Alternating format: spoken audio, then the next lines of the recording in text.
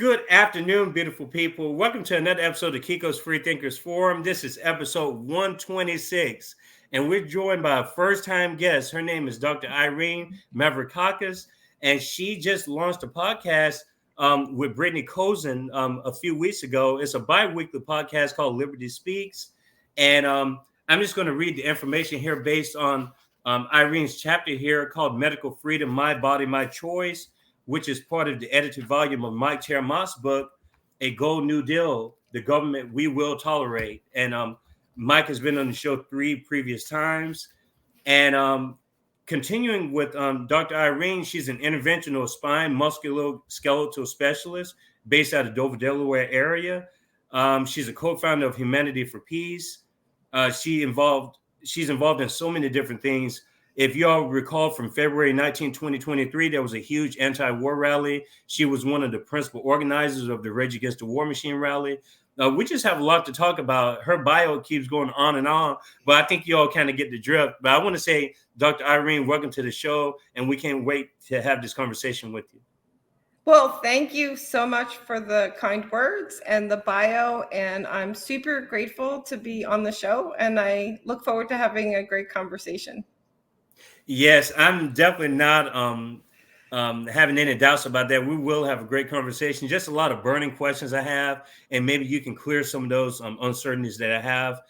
And just we're in a space now where information is really scary. You can't even share information. You can't share opinions with people freely. There's always just some kind of a barrier that you have to cross, it seems. And I remember a time where information was a little bit freer and people could kind of think for themselves a little bit more. Hopefully we can get back to those days at one point. But having said that, I just want to give a brief ad and say that I appreciate all my subscribers, all the followers. I think I'm going to create the podcast version again of Kiko's Freethinkers Forum. Right now it's a YouTube exclusive channel, but I'm going to make it again available for the audio platforms because I just think I need the visibility, because independent media more than ever is being shadow banned, especially when you talk about topics that brings people together. They call it divisive, quote unquote, but I think if it brings people together from different backgrounds, that seems threatening to people for whatever reason. I don't understand that. But that's the only way we can have it here on Kiko's Freethinkers Forum. We present different types of perspectives. We don't have one particular ideology that we subscribe to. We're open to everybody. And that's why we have Irene on today. She's a libertarian. She's an open libertarian, which my audience may or may not know before, based on Mike's previous episodes. But we want to, I guess, get to know you some. We've never met you before formally. So what would you tell my audience as far as like your background? How do you develop your libertarian philosophies? How do you become a doctor? Just anything you want to share with the audience. Okay. I would say I'm a person who likes to help people and heal people that happens to be a doctor. So I'm very much an empath. I always have been. Libertarianism, the political road to libertarian starts with, a child of immigrants in New York City who was a New York Democrat who benefited from a lot of programs, who got a full free ride to New York University because she was poor and a valedictorian of our high school, So then I became a Republican, not really active. Really, it's kind of ridiculous because I thought all doctors should be Republicans. I mean, it's ridiculous, but it's the truth. The truth is always funny. And then I got activated in the liberty movement. Interestingly enough, I was analyzing Gary Johnson polls, and I started to see how the polls were rigged and pay to play.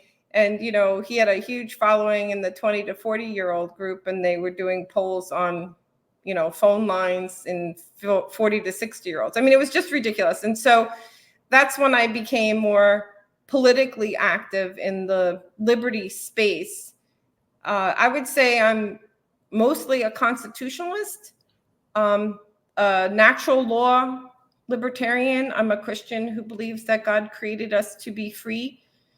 I believe that the only just laws are laws that protect life, liberty, and property, and that government exists for the people, by the people, to protect life, liberty, property, and the pursuit.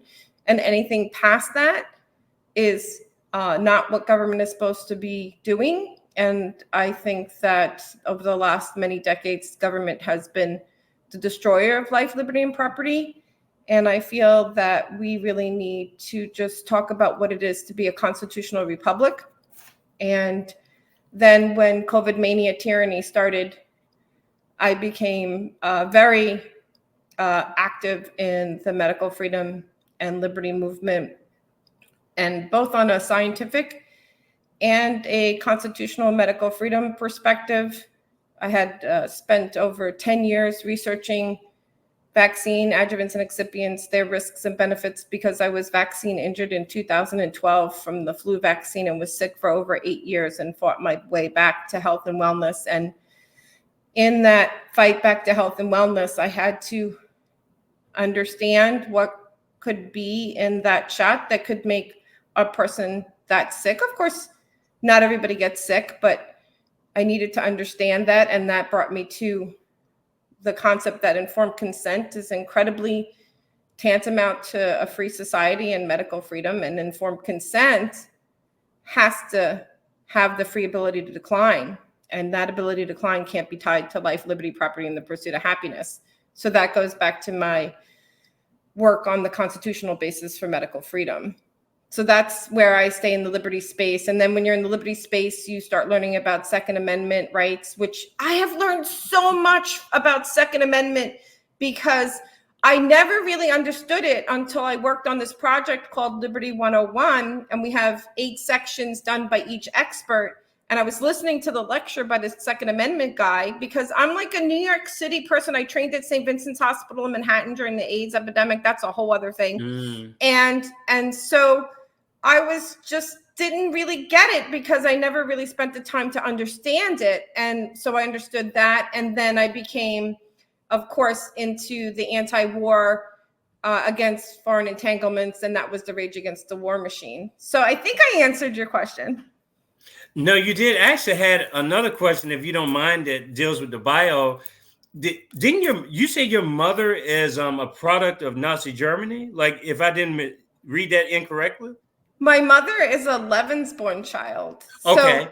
So this is so interesting because of course she didn't tell us until maybe 20 years ago. But my mom is Dutch and my father is Greek, and they met in New York City. And my mom was always very protective in certain very particular ways. We weren't allowed to sleep over. She was a little bit of like worried about us getting taken, but not paranoid. She was a functioning human and things like that. But I never really understood it. That's how she was. And we later found out that, during the war, SS officers, a couple of things happened. They had relations with local women in the countries that they were occupying. But also part of the whole Nazi agenda was to breed the Aryan race. And so Lebensborn children are a combination of different people. Some are SS officers that had relations with local women and had children. Others are children that were taken away from their parents. So my mother, who was 4, I believe, she's born in 1940, her birthday is this Friday, and my uncle Otto, who was 2, I believe, I don't remember the numbers exactly right now, were taken to the Nazi orphanage to be part of that blonde-haired, blue-haired, blue-eyed, race. And she tried to run away and they broke both of her legs. It's a whole thing. And then at the end of the war, her mom sold all her jewelry and kind of bought them back. And so my mom, when she was almost 18, wanted to come to the United States because she never felt safe in Europe. And so she was supposed to go see the world at the expense of my grandfather. But she never went back, and she found a sponsor and got a job, and she never went back. She got into a lot of trouble with the family about that, and then met my dad and got married. There's more to the story. So I always kind of say, women have their ovaries and their eggs already when they're young for the children that they're going to have. So I was there. I was it's just a bad joke, but so do you see? It's funny, but so I never really thought about how this liberty movement would be something that I would fall into. I was very busy with work and a family and kids and med school, and then being sick for a very long time. But now it just feels like it's where I'm supposed to be. And so it's a blessing, really. Lots of tragedies that have happened to us, like everybody else. But I don't regret being sick for 8 years from my vaccine injury. I think you have to go through these things to find your mission in life, per se. So I feel grateful that I have purpose. As far as your Eastern Orthodox faith is concerned, does that influence your, because you have a chapter here, medical freedom, my body, my choice. Do you use that same logic when it pertains to abortion? No. So the chapter is entitled that to be snarky. Okay. And so, yes, I was baptized Eastern Orthodox, and then I converted to Catholicism. My kids went to Catholic school. I always believed in God, but I didn't have a personal relationship with God or a true coming to Jesus, per se. And then in the spring of 2020, when I had realized a lot of things, I had already seen the patent for the vaccine and biologic, and I needed strength. It seems that it kind of all played out where I had this coming to Jesus moment, and went back to my Eastern Orthodox faith, although I go to non-denominational churches sometimes as well, but found my way back to our family priest, went to confession, went back into the Eastern Orthodox faith, and found a church that I like. But as it relates to abortion, here's the truth.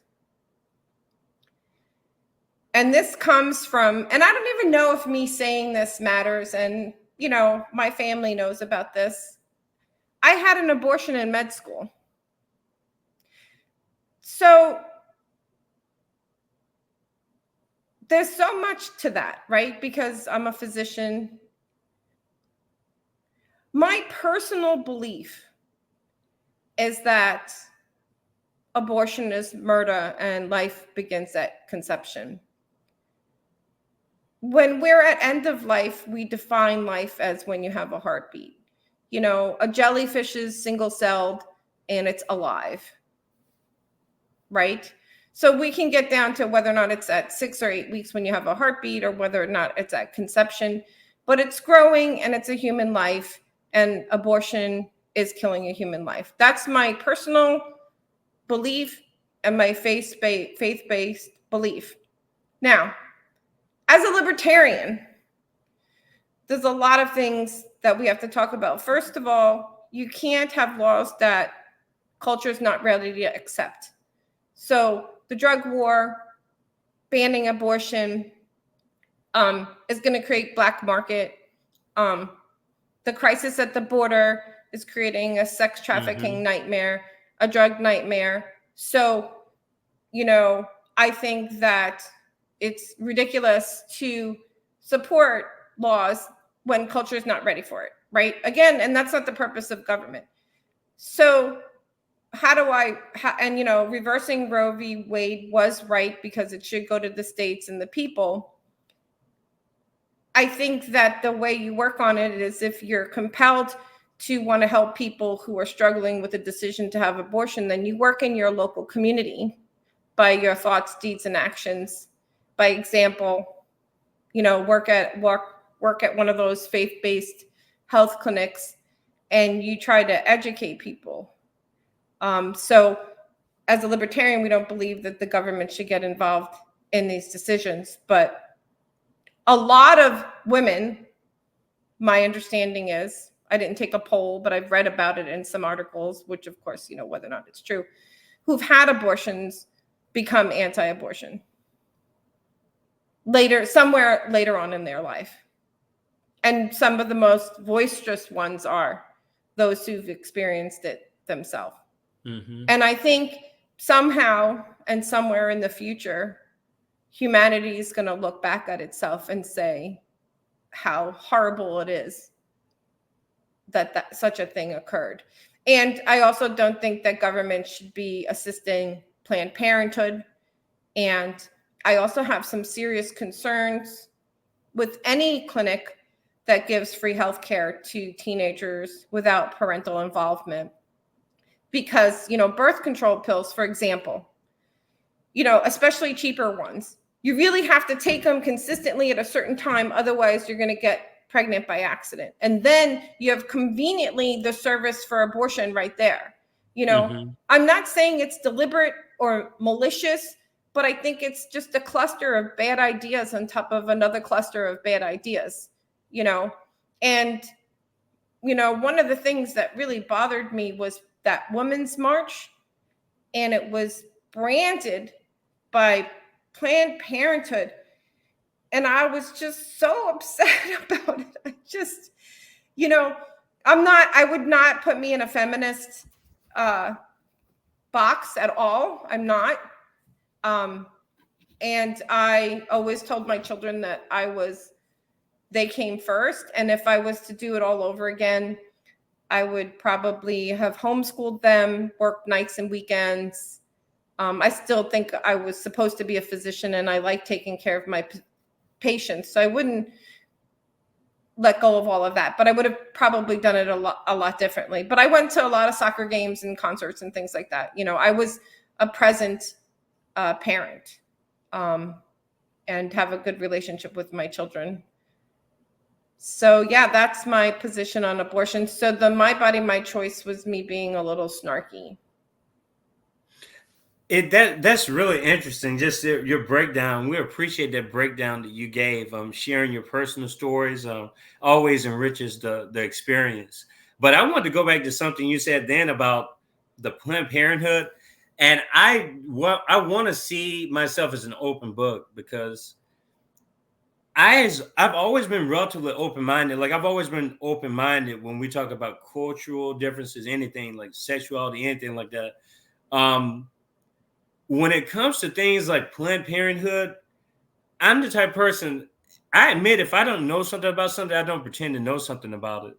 And even when I was a Democrat, I'm a recovering Democrat, like well over 20 years now. I'm so glad it's been that long. The people know where I stand when it comes to that. And it's crazy. People who know me for a long time, I guess we don't talk politics or anything, but they still, I think they assume things about me, even though we've known each other, just like we're super cool with each other, but that don't mean me and you think alike, It's like, I guess because we don't get to those discussions, but if people really knew me, it's just, no, I'm definitely not. Like, stop calling me a Democrat for people who are going to be watching this, because I haven't been a Democrat for a long, long time, like as 2009, as a matter of fact.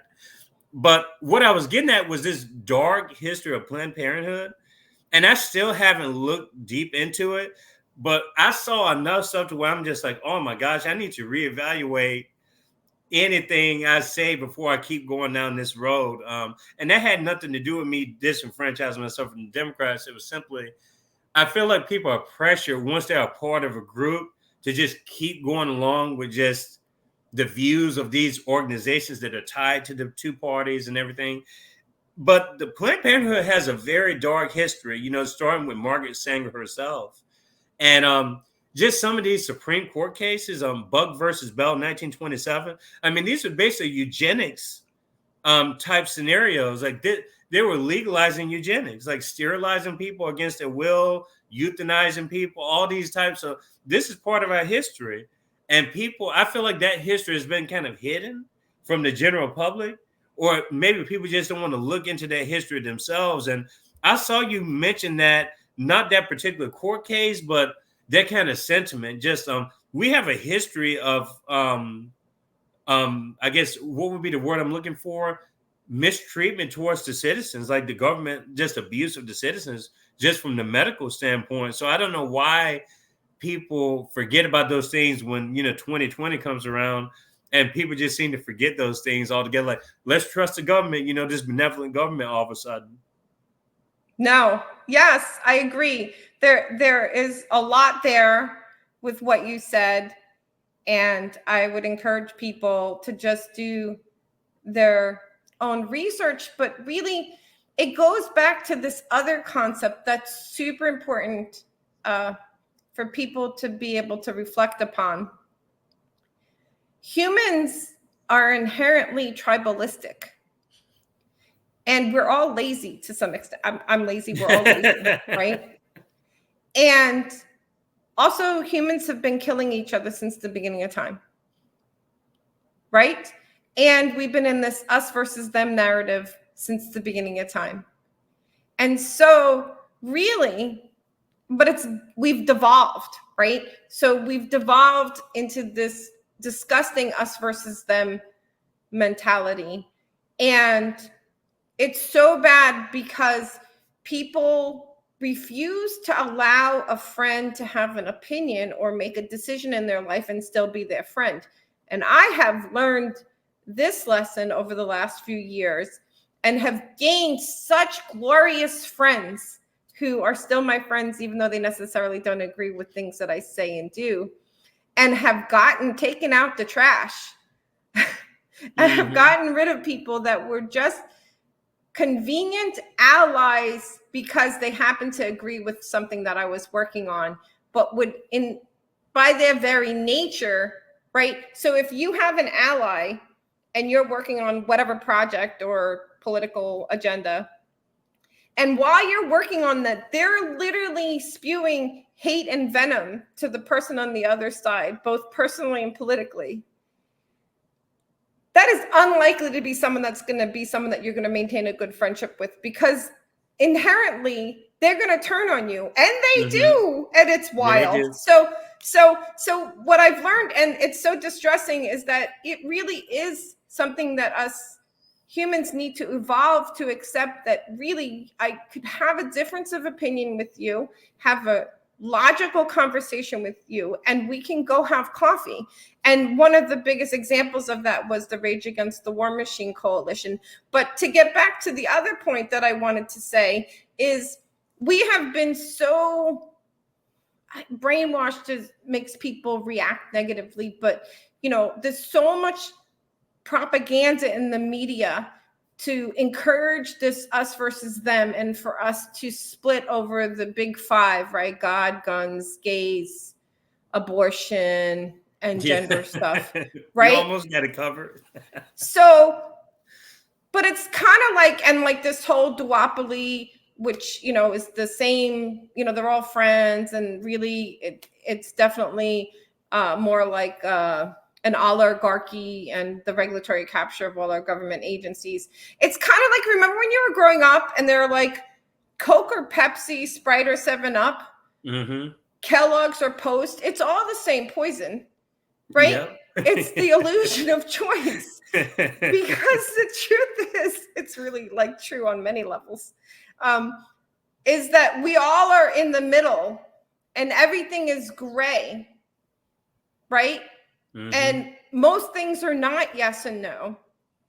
And so the biggest danger, which was the danger of that coalition, that anti-war coalition, because we had the coalition with the non-woke left per se, is that if we would just snap out of it and realize that what unites us is far greater than what divides us, and that our enemy is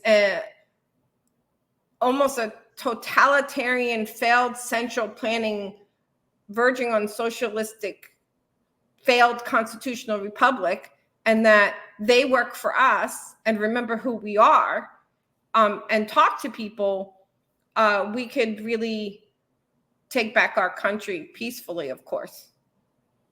Something you said there, and this is where I've gotten to the point now where the labels don't really affect me, because I get it just from all different types of political persuasions. They would come on the show and use these labels. Like even when I had Norm Finkelstein on 3 times, he kept using woke, and and he's part of the old school left. Like he's definitely a leftist. I identify as a leftist, but I warn against using that word like woke.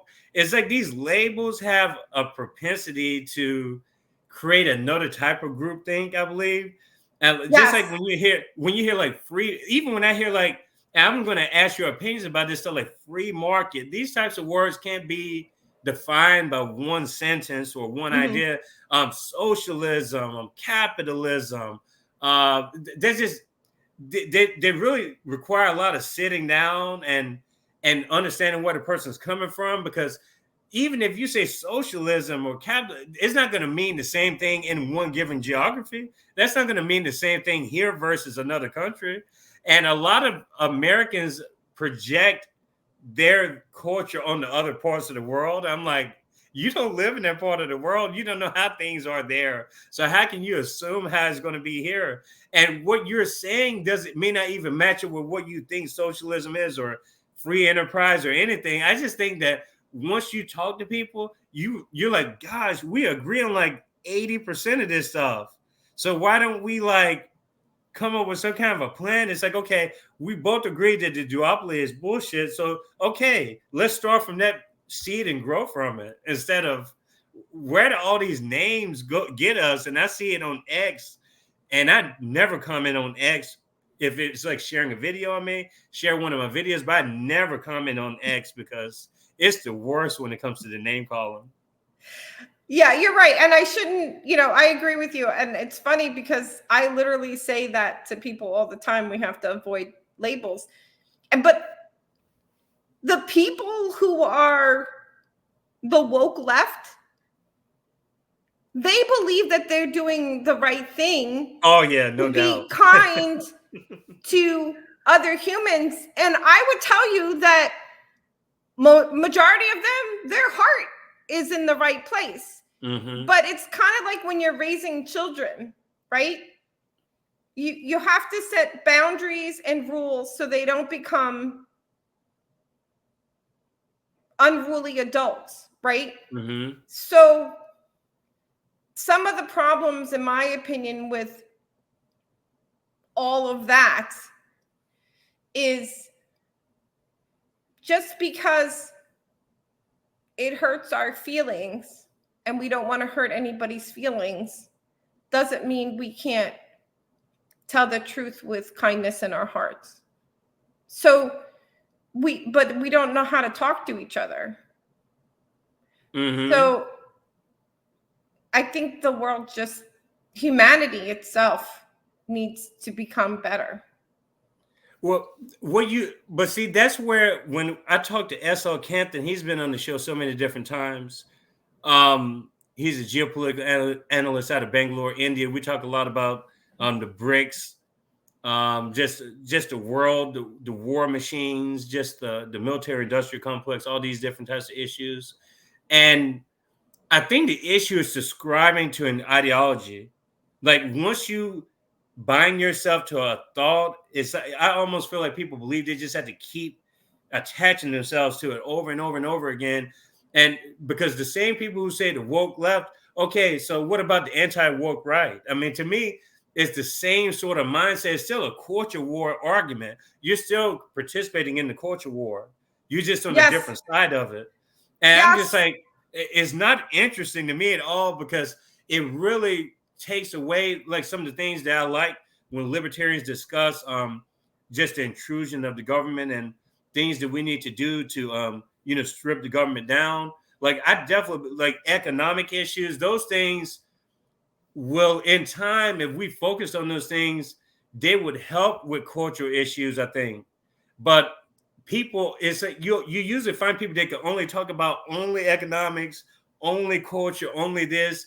But that's why you have to be well-rounded, because if you're not well-rounded, you do become just you become stuck in the culture sphere. And that's what the mainstream media has definitely capitalized off of. They know that as soon as you put a soundbite on, if you talk about anything, like you said, God, guns, gays, transgender, anything, black people, anything that's there, okay, let's identify this group. Now we're going to see them argue with each other. Let's see them fight in the boxing ring. Like, that's what it seems like our news cycle has become now. Instead of talking about the everyday struggle, living paycheck to paycheck, is like we don't even talk about those stories. But that's most people's reality.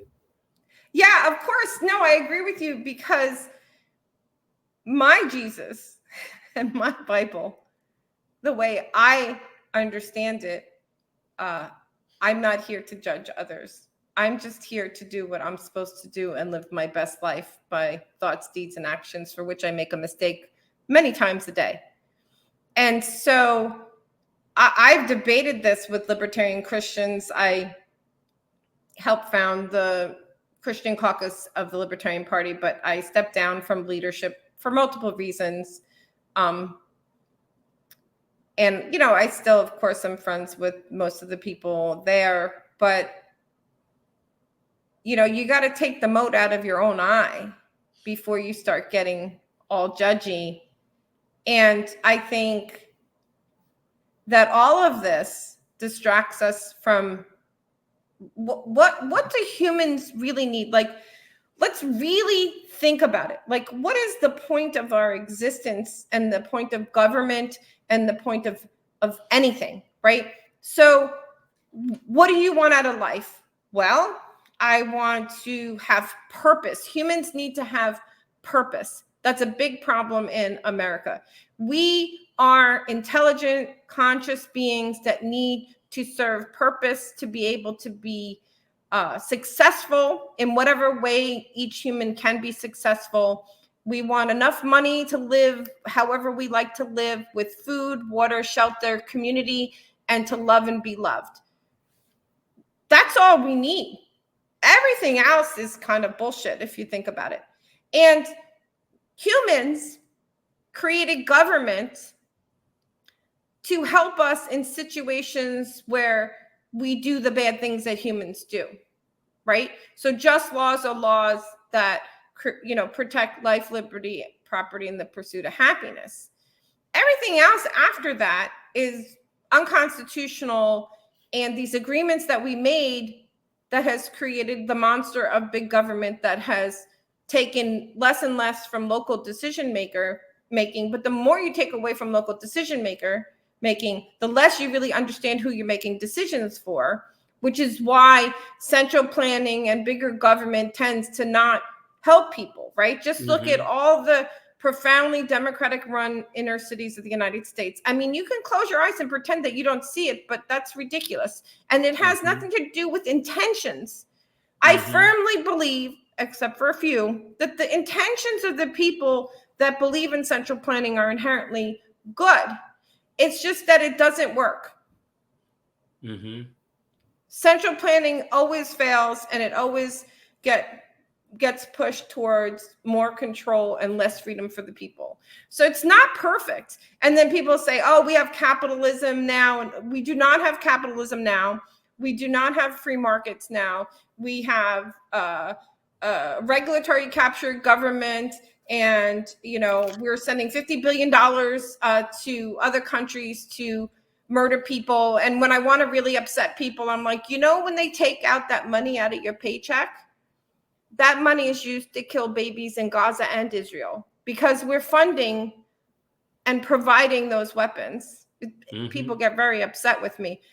You know, you have to understand what's really going on, or else I feel that you're complicit. You have to wake up and see it. But I think it's painful. It's so painful, isn't it? It's so painful to say, I'm part of this tribe, because we're all inherently lazy. And no, I don't want to know what the rest of this tribe is doing, because I don't want to go through the spiritual and psychological pain of assessing that I might be complicit in horrible things being done to people. But it's our job to get people to realize that each human in this world matters. So there's the concept of a social organism. So like your liver cells don't know that it's in a liver in a human, and they're kind of like existing, right? And we're this big social organism, and everything that people do affects what everybody else does, right? And so the more that we educate people on truth and freedom and liberty and kindness, the more that we can push the social organism into a more productive and peaceful society. But people have to take responsibility for their own role as a human being in this society. It's not everybody else's fault. You participate. Irene screwed up many, many times, and so did you. But we're going to try to do better. I screw up every day, I promise. I used to tell my kids I'm very successful at making mistakes multiple times a day, but I'm trying to do better. That's funny. No, but a lot of what you said when you talked about central planning and see, I think you're definitely like very upfront about your views, and you've even not given a lot of which is a great skill, I think, in communication, is when you talk about anything political, you got to have the ability to self-reflect and self-criticize. And I think that the groups you described before that are in these tribes, they have a really hard time of looking in the mirror. And that's the first step, honestly. But even the comment you made about you being an Eastern Orthodox, and you gave your views or whatever, I could see some people in those gangs, basically, they could agree with your overall sentiment, but it's like, oh my gosh, she's a Christian. And I'm saying to myself, are you kidding me? You agree with her and you give a damn about her religion? Like, seriously? Like, that's what's wrong with people now. It's just, why are you worried about people's religions and stuff? Like, I'm an atheist, and it's like, to me, if you like a true, but I guess Freethinker is probably the most appropriate thing to use, because my atheism should not have any effect on anybody else or whatever. Like, that don't mean you have to be an atheist. It's just like, whatever. Just let people live their life. And I think it's crazy that we agree pretty much with people, but we let these types of silly cultural things divide us. Like, really? So you're not going to hang out with them because they believe in God? Like, that's the craziest stuff ever. But I know people like this, and they're educated. That's the scary part about it. And I don't know. Hopefully people in my audience, I'm not going to call people out, obviously. Most people in my audience don't think like that. But if you are one of those people in the audience and you're grasping with those types of doubts and uncertainties, insecurities, maybe, it's okay being insecure, but don't do it at the expense of people who are cool with you. You know, just don't crap on people for having different views. That's crazy to me. But people do it all the time. They would say the exact same thing, but they're like, there's always the but part. And I'm like, why are you saying that part? You agree with everything that person says, so just leave it to that. But I think it's because they don't want to go over and they don't want to have to reevaluate. Like you said, laziness. A lot of it is people are just so lazy. The brain is so complex and people just aren't using it. It's easier to just conform and be lazy about things. Well, yeah, of course. And you bring up a couple of points, and it's not because humans are innately good. It's going to hurt their own feelings when they have to self-reflect to realize that they, to some extent, they're complicit in their own misery and the misery of the world. It is painful, right? So for me, my journey is, Christianity. I'm like, well, if everybody just followed the 10 commandments, things would be good. And the idea is that God doesn't make these commandments in the Bible and these stories to make life difficult for us. The fact of the matter is, if you learn from the stories and read the Bible with the Holy Spirit in your heart, and I'm not trying to hit you over the head with the Bible and Bible. No, you're good. You're good. And follow the commandments.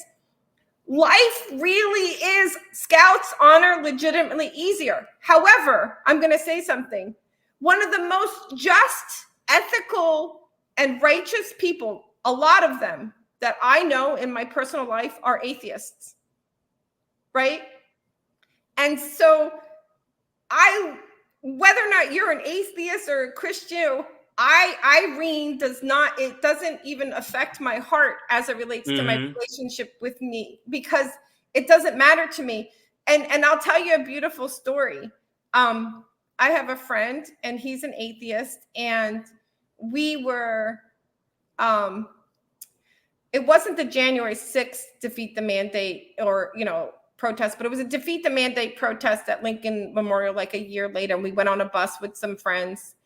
And I read on the bus on the way Ephesians 6, which I could read if you want later, but I don't have it in front of me. But it's very motivating. And he was like, I really appreciate that verse.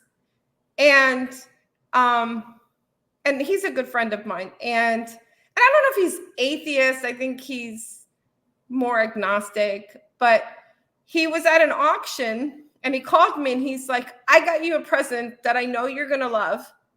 And he got me, it's probably worth thousands of dollars. It's this beautiful piece, picture of Jesus in this frame that's probably like 100 years old.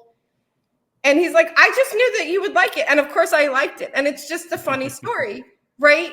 And he really is more ethical, more just, more righteous, higher moral character than I am. Always does the right thing 99.9% of the time and is open for conversation and negotiation. And he's an atheist. So don't mind us Christians who use Christianity as our basis. Morality doesn't come from religion. Morality can be inherent as a human being because we're special. And I don't really care how you find a way to be kind, as long as you are. Right? Yeah. My mom and dad always told me, all right, like, you know right from wrong. You know right from wrong, honey. Right. Like that. They've always told me that from the beginning. Yeah, because the point is that when you do things that are unjust or wrong or unkind, if you really, really thought about it, you hurt yourself way more than you think you're hurting other people. It is your own being that suffers.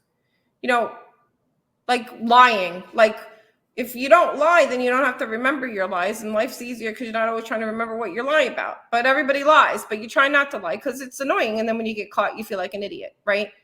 So like, what's the better thing to do? Well, not lie or hate on people or, all those things. So but I do think that part of our spiritual, social, psychological illness in humanity is related to our physical lack of well-being, related to the toxins and the poisons and all of the things that we're exposed to, because it's all interrelated, and you can't be healthy psychologically or socially if you're physically in a biochemical state of disease or lack of wellness.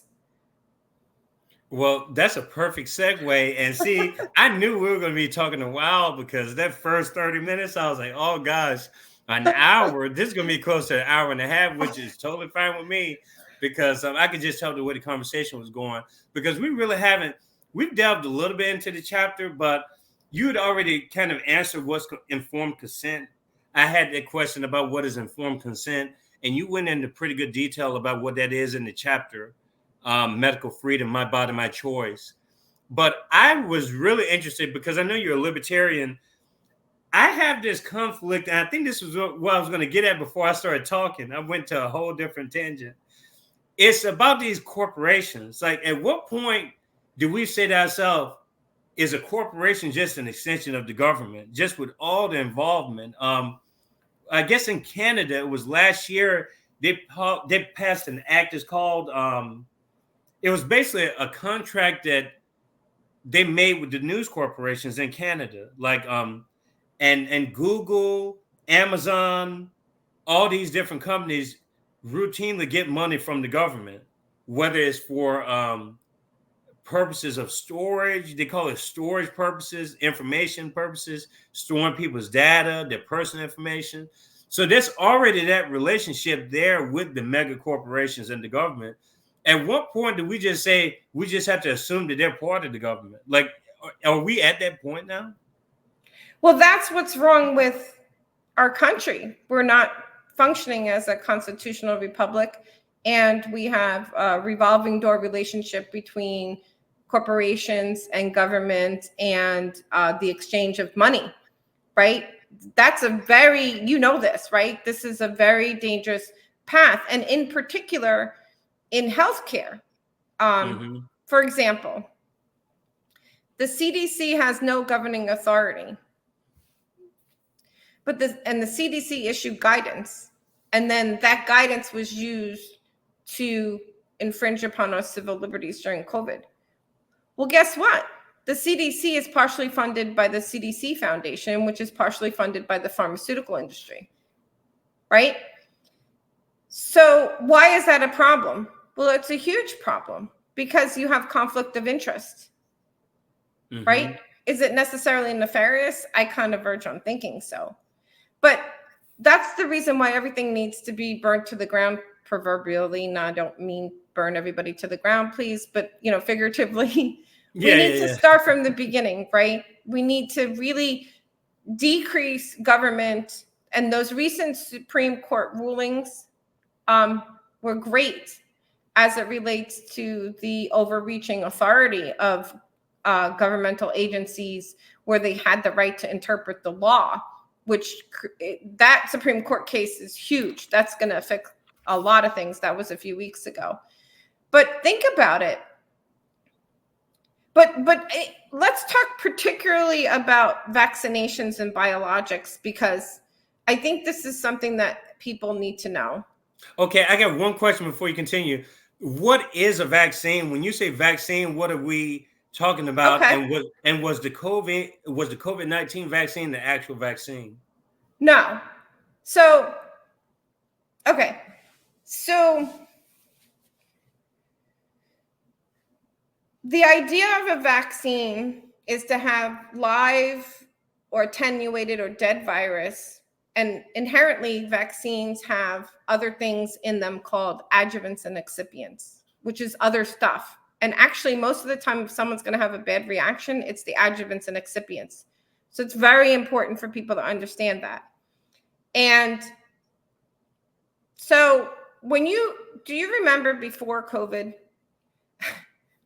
before the world lost its mind, and say there was like a virus going around that season, and, you know, you fought it off, maybe you were sick, you know, took extra vitamin C, D, quercetin, zinc, selenium, things like that, good nutraceuticals to build up your immune system, chicken soup, orange juice, things like that, right? And you fought it off. And then, like a month or two later, another virus came, and it was kind of still part of that season. And you're like, if I get it, I know I'm going to fight it off, because I know I have an army of immune cells that even if I get sick, I'm not going to get as sick as I was before. So that's natural immunity. And the reason that natural immunity is 27 times more protective than vaccines and biologics, the COVID stuff is a biologic, and we'll get into it, is because on the surface of the virus, there are like these antigens that we make immune cells to, or antibodies. So like there's a squiggle and a triangle and a circle and a rectangle. And when you get sick, you make immune cells to the squiggle, triangle, all that stuff, right?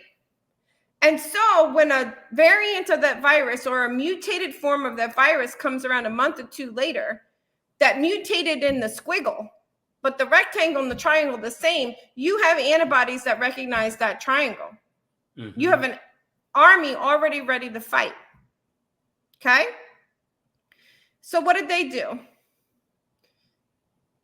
They injected messenger ribonucleic acid, synthetic messenger ribonucleic acid that goes into your ribosomes, that goes into your cell, that makes you make just the spike protein and the original spike protein. Omicron was 57 mutations away from that. So you're making spike protein with the idea of you making immune cells to the spike protein that you're making with no shutoff valve. And they didn't check for natural immunity before they recommended the vaccine, which is way past not standard of care. It's just not standard of care. Okay? So now you already have all those immune cells to the squiggle, the triangle, and whatever.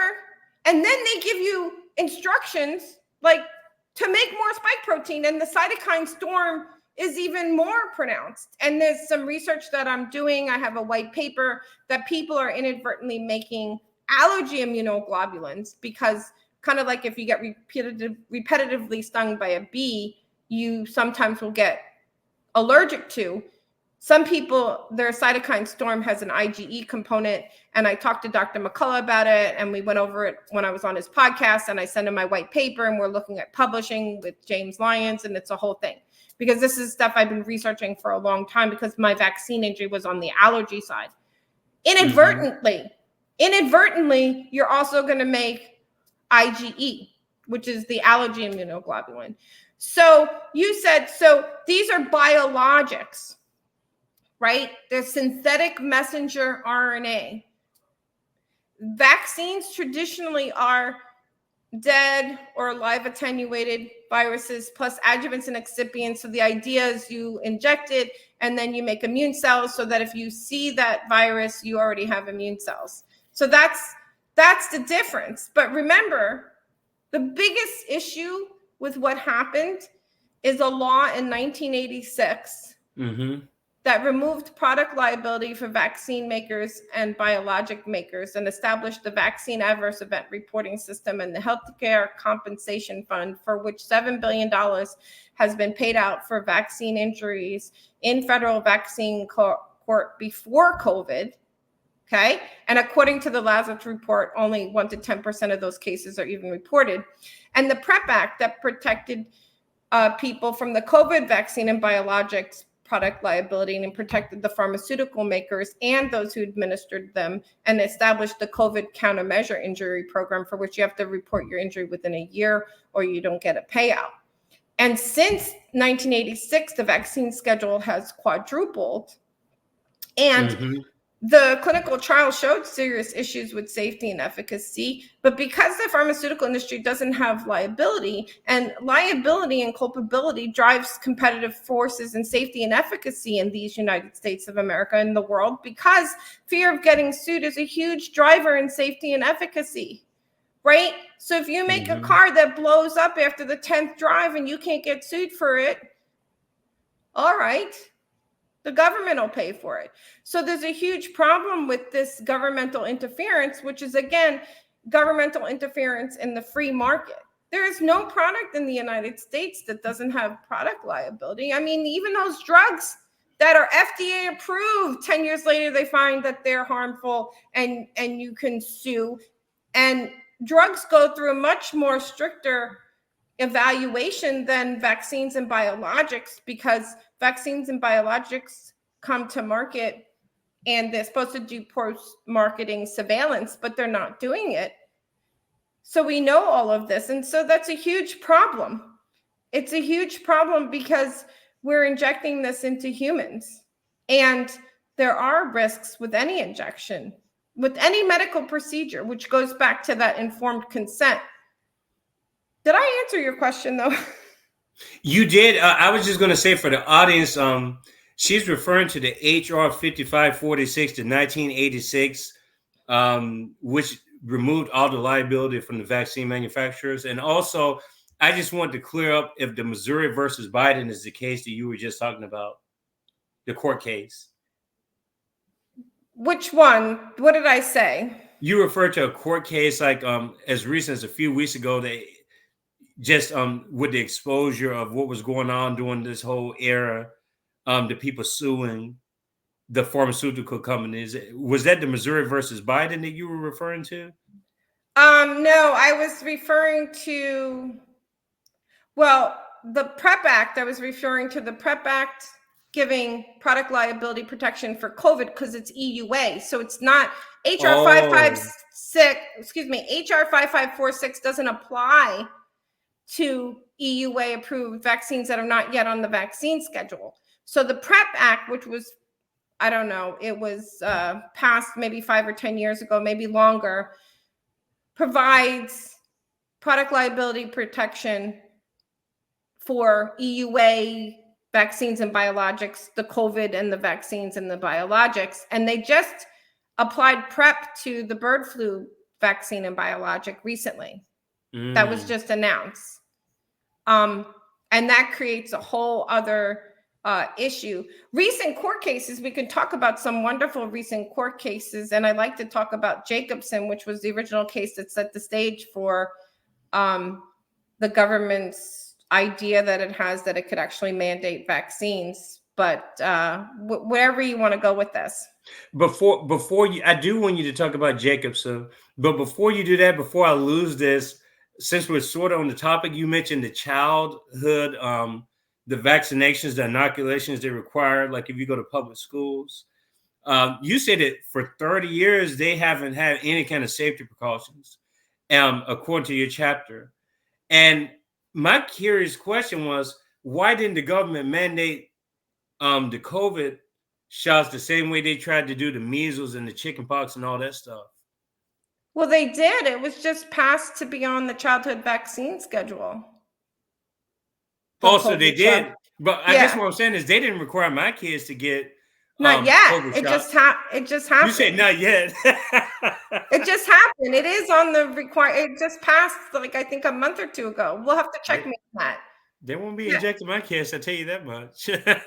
No, and so when the 1986 law was passed, removing product liability and establishing the healthcare compensation fund that I was describing, the reason why that law was passed was because the vaccine makers kept getting sued for harm. I mean, that was the impetus. But when you remove product liability, it's not going to really encourage safety and efficacy improvements. But ICANN filed the Freedom of Information Act because to see what studies have they done, on the current vaccine schedule. Well, because part of the 1986 law mandates Health and Human Services to do every 2-year reporting back to Congress on the safety and efficacy and monitoring of the current vaccine schedule, and they couldn't produce any of those studies. Yeah, and Stanley Plotkin, and there's a whole rabbit hole there, and some other people actually in a New England journal or another, I can't remember the article, said that they're calling for more safety studies on the vaccines now. It's super interesting if you want to research Stanley Plotkin and Aaron Seary. There's testimony that will really give you a lot of information. It's a good rabbit hole on vaccine science and its faults. When you mentioned the Jacobson case, so how does that kind of contextualize what we went through? I guess you could argue still going through in ways as far as just the attitudes towards just during that period. I think we have a lot of revisionist history going on now, but this is the really frustrating thing about talking about this particular topic at times is I feel like the way the media is, you don't get the truth till like years later anyway. And so it seems like people, and I don't want to call out people too hard, but I'm sorry, but some of the independent media people, to me, are just using gimmicks from the mainstream media. I've always said that Jimmy Dore, okay, you have it. I outed out, damn it, Jimmy Dore. I called his ass out. I don't have, if you watch Jimmy Dore, I'm not telling you to unsubscribe from Jimmy Dore. I'm not saying that. I'm just simply saying that some people are just benefiting from the cycle. Like the now, what we know now versus what people were thinking then. And I just know that I was skeptical then, I was skeptical now. And some people were basically parroting the mainstream media talking points up until a certain point, and they were like, okay, it's okay for me to say this stuff now and speak against the government. So I'm going to speak against the government at my convenience right now, but to help my subscriber base, because I know I'm going to get in other groups.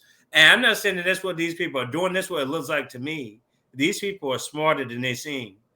And I was always a skeptic, but it seems like now when we're having this conversation, I believe that the general public understands that there were a lot of mistakes made, but would they ever admit to those mistakes? And what's to say that this is not going to happen again? I guess that's the scary part of it. I live and breathe to make sure that COVID mania tyranny never happens again. It's literally the most important thing, because as sovereign, conscious human beings, we should always have a right to choose what's put into our bodies. And that choice, both constitutionally and ethically and morally, shouldn't be tied to life, liberty, property, and the pursuit of happiness. And that's what happened during COVID mania tyranny. And so that can't happen again. So let's talk about Jimmy Dore. And we're not personal friends. We have a lot of mutual friends, and he spoke at the Rage Against the War Machine. Mm-hmm. Jimmy Dore is upset because he believed the narrative, and I believe is vaccine injured to some extent. And he's mad that he was fooled. And I think he is a true anti-war person. And my take, because I have libertarian colleagues who judge people for getting vaccinated or not and the like, I love you whether or not, just like I will defend hate speech to my death, I will defend your choice to get a medical procedure to my death. However, you have to have informed consent. Mm-hmm. And a lot of people did not have informed consent because the preclinical trials showed heart attack, stroke, anaphylaxis, clotting, and all these things, right? So that was already known before it was launched upon the general population. Mm-hmm. So if informed consent is standard of care in medicine, right? And a basic premise of medical freedom and bodily autonomy, then I'm sorry, doctors and healthcare providers, that you didn't bother to look at whether or not there were risks, which exist for every procedure, and you did not give proper informed consent. You violated your code of ethics. You violated first do no harm. It was experimental. You violated the Helsinki Code of Ethics, the Belmont Report, and the Nuremberg Code, because it was an experimental. It's, obviously emergency use authorization. It was experimental. Mm-hmm. And so that is a huge problem, right? Mm-hmm. How can you have proper informed consent if you can't freely decline? You can't. Mm-hmm. And the whole world lost its mind. And that, no doubt. No, and that's the crux of the matter. And if you want, we can talk about Jacobson and some recent court wins, which are very reassuring. This is so important. So where did the government and businesses and people like that get in their mind that you could force or coerce vaccinations under the guise of public health? Where did that come from? Well, it came from 1905, Jacobson versus Massachusetts. And this person didn't want to get the smallpox vaccine. And they went to court and he lost. And he had to pay a $5 fine. But there was no subsequent infringement of civil liberties. He had to pay the fine. And also remember, at the time, it was considered acceptable, both culturally and judiciary-wise, to sterilize people for intellectual inferiority, and Jim Crow laws were deemed appropriate. Okay, that is 1905. Since then, there's been tons of case law that have really shown that people have a right to refuse medical treatment, right? But now you have this argument of for the better of the people, for the common good, for public health. right? That's the guys where we had the mandate for Center for Medicaid and Medicare Services, mandating healthcare workers to get the vaccine or have a religious and medical exemption. I have a medical exemption, but if that didn't get granted, I would have left medicine. And as a requirement of my medical exemption, I had a test every week for 3 years, which I almost didn't do as well. And I submitted a religious exemption as well. And also the businesses that chose to mandate. And so there's some recent court cases that show that this is not acceptable. And there's a couple of important points. And then there's the First Amendment court cases. There's Missouri versus Biden, which is still ongoing. And then there's Berenson versus Biden. And this has to do with violation of the First Amendment rights of a journalist and doctors who the government colluded with social media organizations to censor the free speech rights of these people who were blowing the whistle essentially on some serious safety and efficacy issues that were in the clinical trials. And, you know, one of the doctors is a Stanford epidemiologist, right? And so the idea is a social media company is a private business, and they could say that they could monitor their platform and they could say, you can't do this, that, and the other thing. Yes, that's true. But when the government colludes with social media to censor, that becomes an infringement of the First Amendment because it's government driven, right? That's the difference, right? Because a store could say no shoes, no shirt, no service, right? But when you got government telling social media to censor these people who are going against a certain narrative, that becomes a violation of the First Amendment, in my opinion. But this is going to the Supreme Court, right? So these are two important cases. As it relates to businesses and public schools and things like that. So the good case that just was won was the Los Angeles Unified School District case. And the teachers sued and said that the vaccine mandates there were unconstitutional. And they won. And the Judge Collins, discusses why, he ruled in their favor. And there's a couple of things that are important. The first thing is that COVID vaccines and biologics don't prevent transmission. So there's no public health mandate. But also secondarily, it has to do with the level of scrutiny and related to what businesses actually have a right to do. And the judge discusses in his opinion that there's many Supreme Court precedences that as it relates to infringement upon civil liberties, businesses can't have rules like that. So there's a different level or a different bar. It's not like they told you how to wear a tie, right? They were having you have something injected into your body as a condition of employment.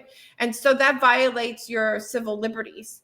And so that you can't do that as a business. It's just not a basic rule. And that's the difference. And that's why he ruled in favor. There's another court case. It's the Blue Cross Blue Shield of Tennessee. And the plaintiff sued because they denied her religious exemption and she got fired.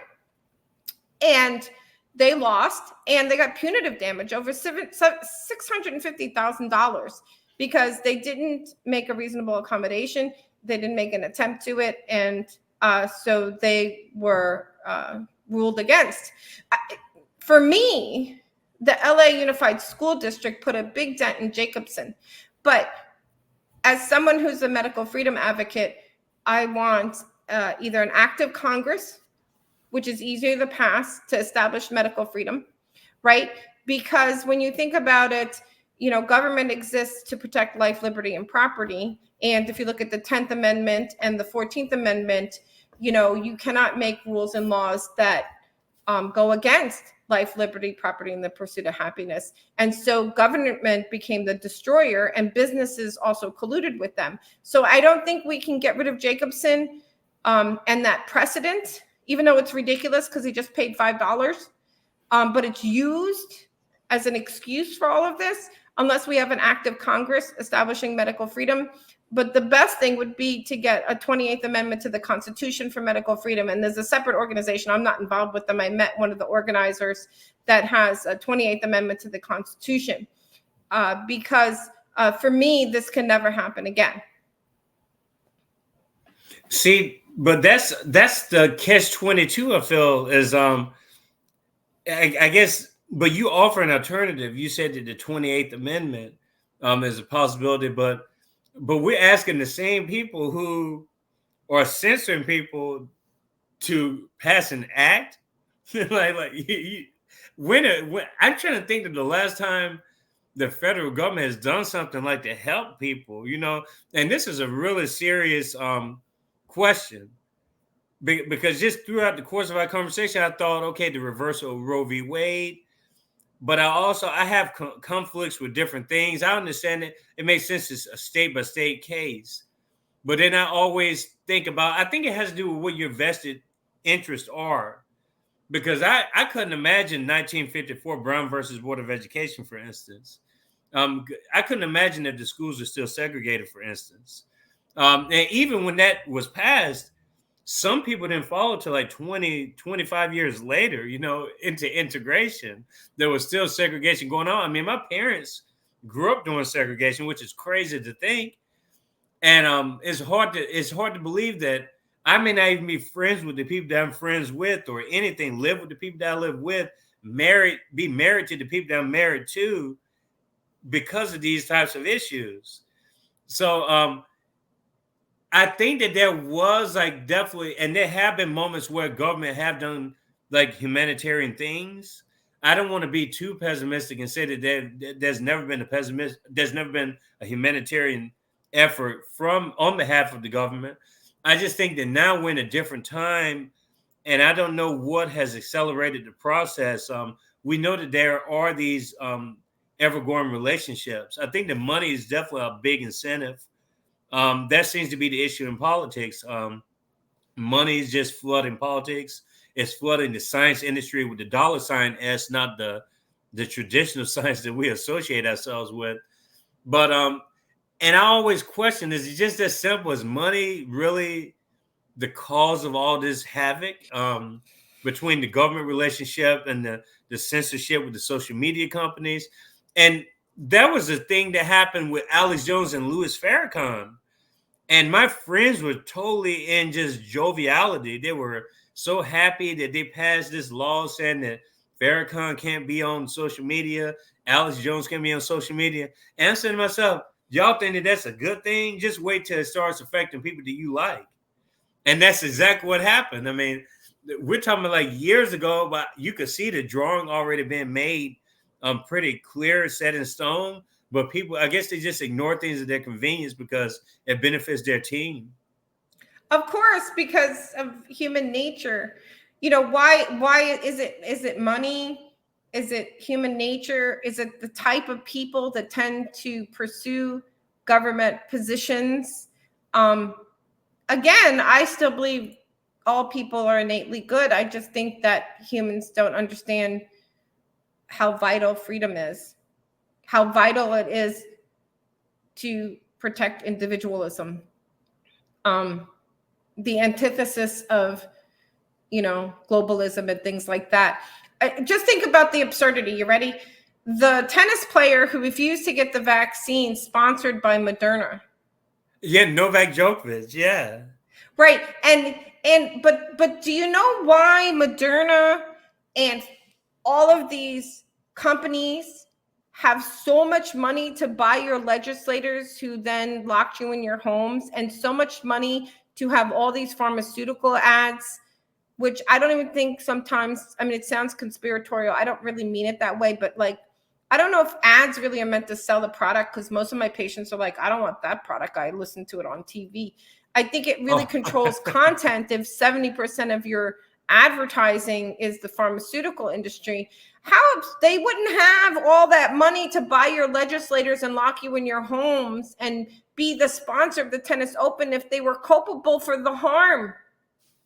Mm-hmm. The harm, which is in the vaccine courts and the COVID countermeasure program. But there's a huge problem with the treatment and diagnosis of vaccine injured. I do treat some locally with a neurologist and a naturopath. And there's a big problem with delay in diagnosis. A lot of myocarditis is autoimmune. A lot of people could have had IVIGG. So that's a crime against humanity on top of another crime against humanity for failure to recognize that a medical procedure could have an adverse reaction. Like, has everybody lost their mind? Yeah, it's really, I think a lot of it, honestly, is overexposure, information overload too. But it goes into just all the media corporations. I mean, whether it's the military or anything, any big industry, fossil fuel industry, all these things are tied into lobbying, which is tied into TV ad dollars. All this stuff is very much connected. It's just a big, and that's the tough part talking about. When we're talking about politics, like I would say that we're talking about like very like rational, sensible politics here. These are things that affect everybody. Like there shouldn't be any like pointing fingers and stuff. Like we're literally telling you like what's, who's pulling the strings. But somehow like we're crazy people for pointing this stuff out. Like it tells you on TV, it's got Pfizer, and then you're sitting there drinking your beer, watching your beautiful Super Bowl or whatever it is. Like it's got it on there. Pfizer is plain as day advertising for during the Super Bowl, and people act like they don't see it. How could they have so much money and not have any product liability culpability for something that's injected into a human being with all these people with adverse events who are not getting good medical care? How did this happen? Right? And it goes, it's disgusting. It really just upsets me, to be perfectly honest with you. And I'm a hesitant term limit person because, term limits really are, we vote for them, but apparently humans are not capable of looking objectively at what people do, and the whole problem with the two-party system, and they're supposed to represent us, but they vote along party lines, and they got us on Coke and Pepsi and Sprite and 7-Up. Are you a Sprite person or a 7-Up person? I can't talk to you. You drink 7-Up. I mean, it's stupid. It's the 24-hour news cycle that has numbed the people. And I think it's definitely affected people's brainwaves because I've never seen it, which makes me think we're either just too caught up in like technology and just social media. There's too much going on in our personal lives, and we can't find the equilibrium between that and the private, or they're just I believe it seems like a lot of these events are coordinated. I don't care if people call me a conspiracy theorist or not at this point. We know who created that term, by the way, or at least who popularized that term. And it's just, I mean, how do you go from an assassination attempt 1 week, and then within a week's notice, you have a change of arms, which anyone who is rational, who's not a part of the blue, like, I guess the Kool-Aid squad, the blue Kool-Aid squad versus the red Kool-Aid squad. If you're not part of the blue Kool-Aid, it's clear that Biden was not thinking for himself. I mean, it's clear that people pulling the strings. He had some kind of health issues, his brain's not functioning. He can't put a sentence together. Like it's pretty clear. Like if you're just looking at this from a rational standpoint, not oh my gosh, he's such a good old man, an uncle, he could be your uncle. What the hell does that have to do with him ruling over me or making decisions for like people that affect me? It's just, I don't understand it. But if you've been rational, how does one thing make sense? This person's assassinated or there's an attempt against them, and then they change within a week of each other. And it's almost like the other event didn't even happen. It's like the Jan 6 stuff that they were arguing about for 2 years. They made just a fiasco about it on CNN and Fox. They don't even talk about January the 6th now. They don't talk about, I'm just like, what are they going to talk about with the Gaza, Palestine? It's just like routinely, it's like every 3 years. Okay, let's talk about Palestine now. But why was it not important 3 years ago? Why was it not important? Why wasn't Operation Cast Lead important? Why were the other operations not important, but this operation was important? Why is Ukraine and Russia pushed on the back burner at certain points, and then all of a sudden it becomes Zelensky comes to DC, Netanyahu comes to DC, It's just something weird is going on, and I think that's why people are not able to understand, because there's just too much going on at the same time. It is a lot, and I do try to keep up with things.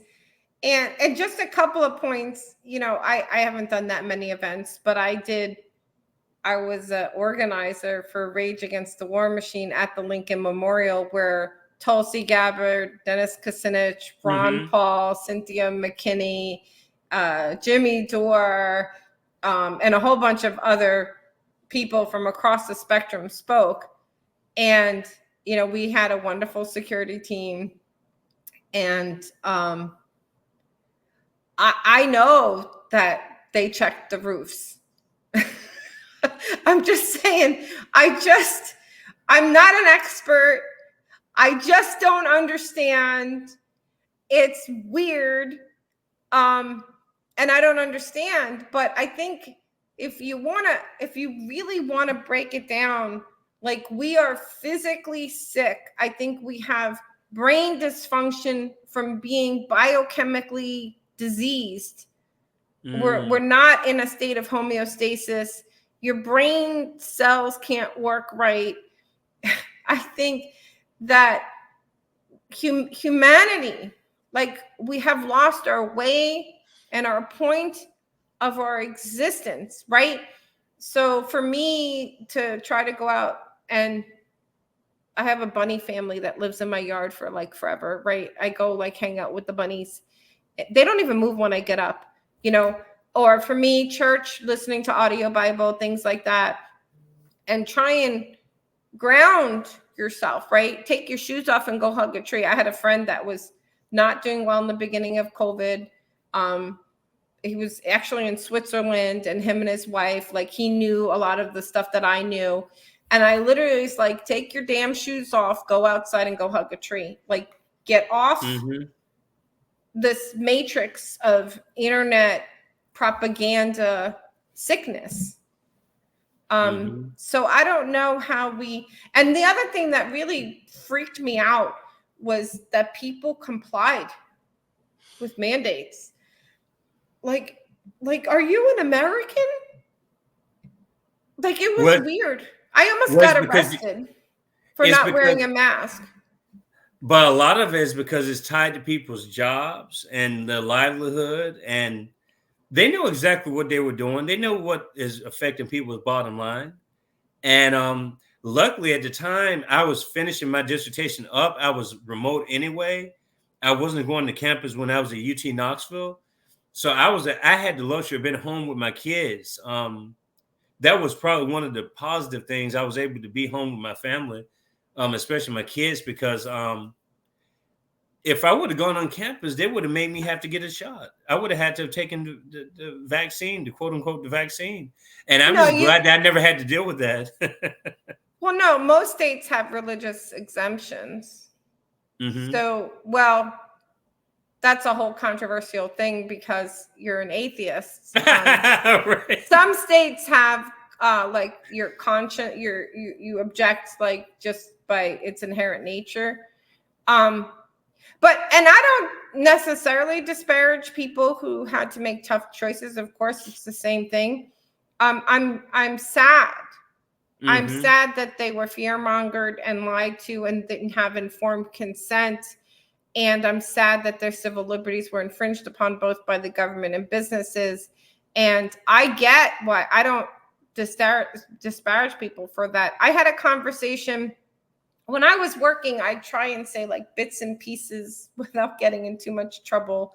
When I was at work, if someone asked me a question, they all knew I was vaccine injured. So they kind of like just were like, we know why she's not getting it. They didn't realize that I had done a lot of research and things like that. But maybe like a year ago, some of the nurses in one of the surgical centers, they were asking me questions. Now they really wanted information because, a lot of people, I told them what's coming out now 3 years ago so it's weird for some people because they're like, oh my God, you literally told me that 3 years ago. And they remember. But, and I'm not that smart. A lot of people said this, but they're like, they call me Dr. Mav. They're like, Dr. Mav, are you mad at us for getting the vaccine? And I was like, what? I'm not mad at you for getting the vaccine. I cried every day for 3 years that I knew that there was only so much I can say to you without you thinking I lost my freaking mind. And putting me in that she's just vaccine injured corner, or she's a libertarian and fringe, you know. And I'm sad that you didn't get informed consent. I'm sad that it was tied to your ability to have life, liberty, and pursuit of happiness. It should have never happened in a free society. And I'm sorry that you were lied to. The science doesn't make sense. I'm sorry you weren't told that vitamin D levels above 50 nanograms per milliliter would pretty much diminish your chance of getting significantly ill from this by huge percentages. I'm sorry that they didn't promote other nutraceuticals. I'm sorry that they lied to you and demonized hydroxychloroquine and zinc and ivermectin, which is safe and effective, and demonized the concepts of off-label use, for which aspirin is off-label. And that, just interestingly enough, you can't get emergency use authorization for a biologic if you have medication used to treat. So that's problematic, right? You know, but you have to understand that these guys who've been working on these vaccines and mRNA biologics for 10 years are in their ideological vaccine biologic bubble, just like war hawks are in their war hawk bubble. And they surround themselves with people that all agree with them. They're in the same ideology, as opposed to like a linking cabinet, right? You have to talk to people from the other side. You know, I've been wrong. I like to talk to people who disagree with me. But I don't like if they don't have substance. That kind of drives me a little bit. But, you know, and listen to what they have to say, because my views have changed over the last 4 years in particular.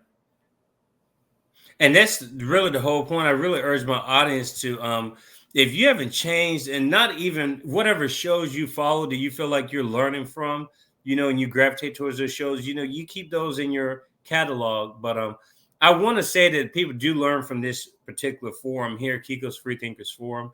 At least that's what my guest tells me. That's what my audience members tell me. Some family members tell me that everyone doesn't follow the forum. They're like, "Oh, I subscribe because I love you," but I'm like, "You're supposed to be following this stuff."